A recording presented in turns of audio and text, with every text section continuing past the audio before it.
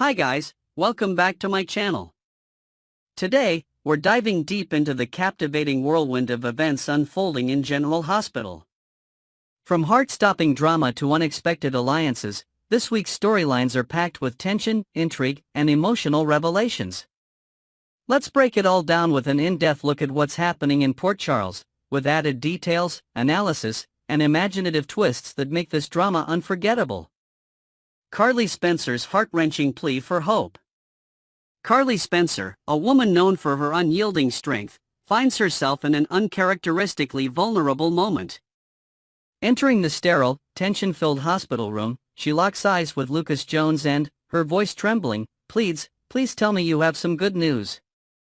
The weight of her words carries the anxiety of a mother desperate to hear that her son Michael's critical condition might take a turn for the better. Imagine the emotional toll on Carly.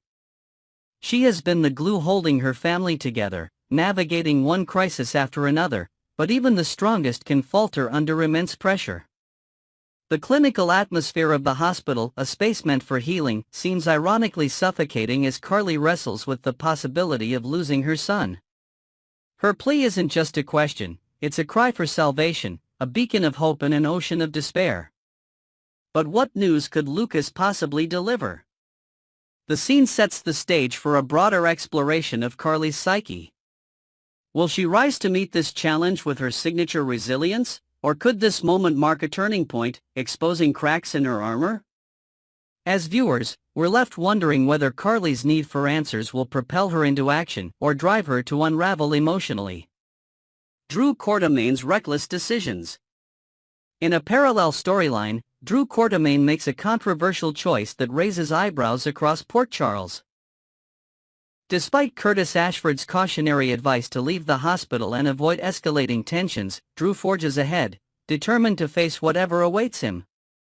His decision brings him face to face with Carly, a meeting that feels as ill-timed as it is inevitable. This moment between Drew and Carly crackles with unspoken emotions. Drew's insistence on involving himself, even when it seems unwelcome, hints at deeper motivations. Is this guilt driving him to overcompensate, or is it an attempt to assert control in a chaotic situation? The strained atmosphere between Drew and Carly underscores the complicated web of relationships in Port Charles. Their conversation is charged not just with concern for Michael but with years of unresolved tension that bubble to the surface. Drew's actions also raise the question of how personal ambition and unresolved guilt can cloud judgment. By ignoring Curtis's advice, he risks not only his safety but also the fragile peace among those closest to Michael. Could his interference inadvertently lead to more harm than good? It's a subtle but powerful commentary on the fine line between courage and recklessness. Sonny Corinthos' battle between revenge and redemption. Across town, Sonny Corinthos grapples with the fallout of a penthouse explosion that has shaken him to his core. Desperation tinges every decision as he searches for answers, but his trusted confidant Jason Morgan brings a sobering reminder: they once discussed an exit strategy from the mob. Could this tragedy be the final push Sonny needs to leave his dangerous lifestyle behind? But stepping away isn't so simple for someone like Sonny. His identity is deeply tied to power and control, and the idea of walking away conflicts with his innate need for revenge. The explosion itself serves as more than just a plot device, it's a metaphor for Sonny's internal struggle.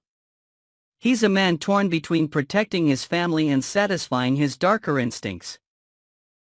Jason's role here is fascinating. As the voice of reason, he represents a path of safety and rationality, a counterpoint to Sonny's impulsive tendencies. Their conversation brims with subtext, highlighting the complexities of their friendship. Will Sonny heed Jason's advice, or will his pride and thirst for vengeance pull him back into the mob's shadowy grip? The tension is palpable, leaving viewers questioning whether Sonny will finally prioritize peace over power. Anna Devane's risky alliance. Meanwhile, Anna Devane takes an unexpected and dramatic step by approaching Jack Brennan for help. Given their tumultuous history, this decision speaks volumes about the stakes at hand. What could compel Anna to turn to someone she previously clashed with? The intrigue here is layered. Is Anna uncovering a conspiracy that threatens not just her but those closest to her, or is she being driven by a personal vendetta? Anna's resourcefulness has always been her hallmark, but desperation can blur even the sharpest mind's judgment. Her willingness to bury past grievances and seek Brennan's assistance suggests that she's facing an adversary more dangerous than any before.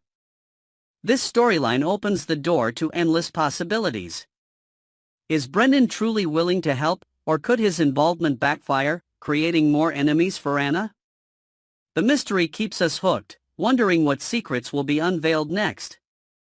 A clash between Willow and Jocelyn. In another emotionally charged scene, Willow Corinthos arrives at the hospital seeking updates on Michael's condition. Her attempt to connect with Jocelyn Jax, however, is met with a bitter rebuff. Jocelyn's biting retort, "Like you give a damn," cuts through the air, laden with resentment and unresolved tensions. This moment captures the raw emotions of grief and anger. For Willow, the inquiry might stem from genuine concern, but for Jocelyn, it feels like an unwelcome intrusion. The bitterness in Joss's words reflects the strain Michael's accident has placed on everyone around him, forcing old wounds to the surface. Their interaction invites questions about the fractured relationships in Michael's life. Can these bonds be mended, or will this tragedy deepen the divides? This storyline delves into the complexities of family dynamics during a crisis. The tension between Willow and Jocelyn highlights how grief can isolate rather than unite, creating walls of misunderstanding that may take years to break down. Nina Reeves' calculated moves. Elsewhere, Nina Reeves finds herself in a conversation with Martin Gray that could alter the trajectory of her battle for custody of Wiley Corinthos. Martin hints at leverage Nina might not fully appreciate, setting the stage for a strategic play that could shift the balance of power. With Michael's condition adding an unexpected wrinkle to the custody battle, Nina's next move could be pivotal. Nina's character thrives in these morally ambiguous situations. Her ability to balance cunning strategy with moments of genuine compassion makes her one of Port Charles's most complex figures. How she uses this leverage and whether it strengthens her position or alienates her further from Willow remains to be seen. The stakes are high, and every decision Nina makes will reverberate across her personal and legal battles. Christina's struggles and Alexis's steadfast support. Finally, we turn to Christina Corinthos Davis, who is grappling with the devastating news of Michael's accident. Her mother, Alexis Davis, steps in to offer comfort and support.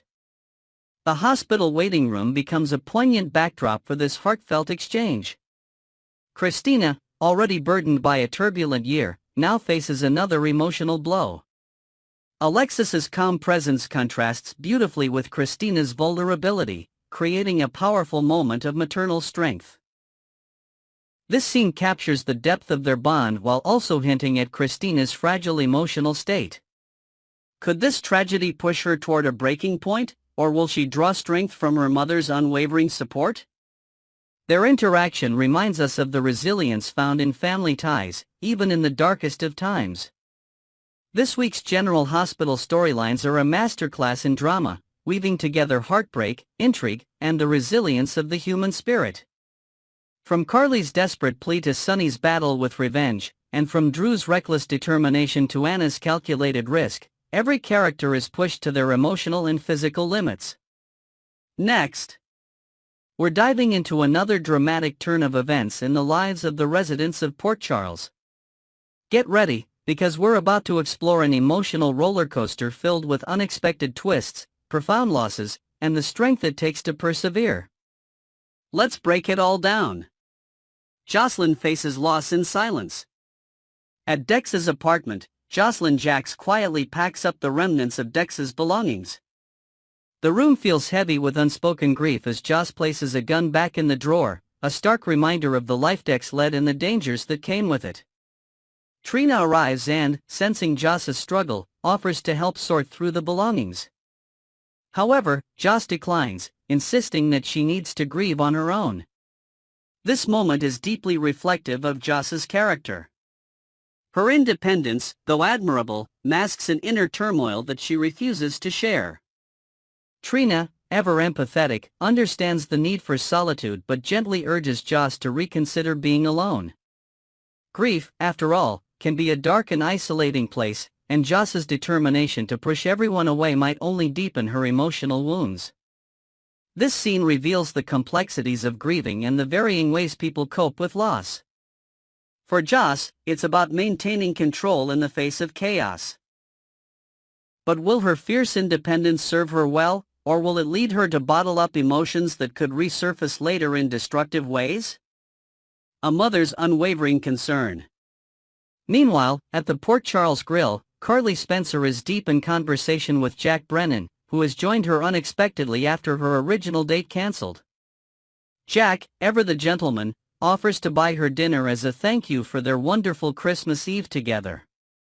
Carly brushes off the need for thanks, but the warmth between them is palpable as they exchange light-hearted banter. As the dinner progresses, their conversation takes a heartfelt turn. Carly opens up about her concerns for Jocelyn, revealing her worry that Joss's brave exterior doesn't reflect the pain she feels inside. Carly explains that Joss is currently sorting through Dex's belongings, a task Carly fears is more than just cleaning, it's Joss's way of shielding herself from grief. Jack, ever insightful, observes that everyone processes loss differently and suggests that Joss, much like her mother, may channel her pain into action. Carly agrees but admits that Joss's stubbornness worries her. When Joss makes up her mind, there's no convincing her otherwise, and Carly fears that Joss might dive headfirst into something reckless to cope. Their conversation highlights the challenges of parenthood, especially when it comes to watching your children make their own mistakes. The scene takes a sudden turn when a man walks by on his phone, mentioning a fire at the Harbor View Towers. Carly's heart drops. Sonny lives on the top floor. Panic flashes across her face as she realizes the potential danger. A shocking inferno at Harbor View Towers. Back at the Harbor View Towers, chaos unfolds as a ticking sound alerts Michael Corinthos to impending danger. Before he can act, an explosion rocks the penthouse, engulfing him in flames. Jason Morgan and Sonny Corinthos, who were outside discussing business, rush in immediately. The sight of Michael flailing in the fire is harrowing, and Jason acts quickly, grabbing a rug to smother the flames while Sonny frantically calls 911. The scene is a visceral depiction of heroism and desperation. Jason's quick thinking might just save Michael's life, but the emotional toll on everyone involved is immense. For Sonny, the explosion isn't just a threat to his son, it's a symbol of the dangers that come with the life he's built.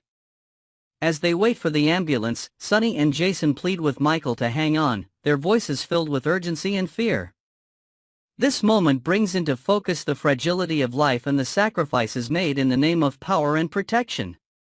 The explosion isn't just a physical event, it's a catalyst for change, forcing Sonny to confront the consequences of his choices. Strength in vulnerability. Back at the grill, Carly's panic is palpable as she processes the news of the fire. Jack tries to comfort her, but Carly is already mentally preparing for the worst. Her concern for Sonny, despite their tumultuous history, underscores her deep connection to him. Carly has always been a fighter, but moments like these remind us of her vulnerability. Jack's presence is a stabilizing force. His ability to listen and offer steady reassurance highlights the evolving dynamic between him and Carly. Their shared understanding of loss and resilience creates a bond that feels both organic and profound. Jocelyn's turning point. Back at Dex's apartment, Trina's words begin to sink in. Jocelyn, sitting amidst Dex's belongings, begins to let her guard down. She picks up a photo of the two of them, and for the first time, her stoic facade cracks. Tears stream down her face as she clutches the photo, finally allowing herself to feel the weight of her loss. This moment is pivotal. It's a reminder that even the strongest individuals need to grieve and that vulnerability is not a sign of weakness but of humanity. Joss's journey through grief is far from over, but this is the first step toward healing. The events unfolding in Port Charles this week are a testament to the strength of the human spirit and the complexities of relationships.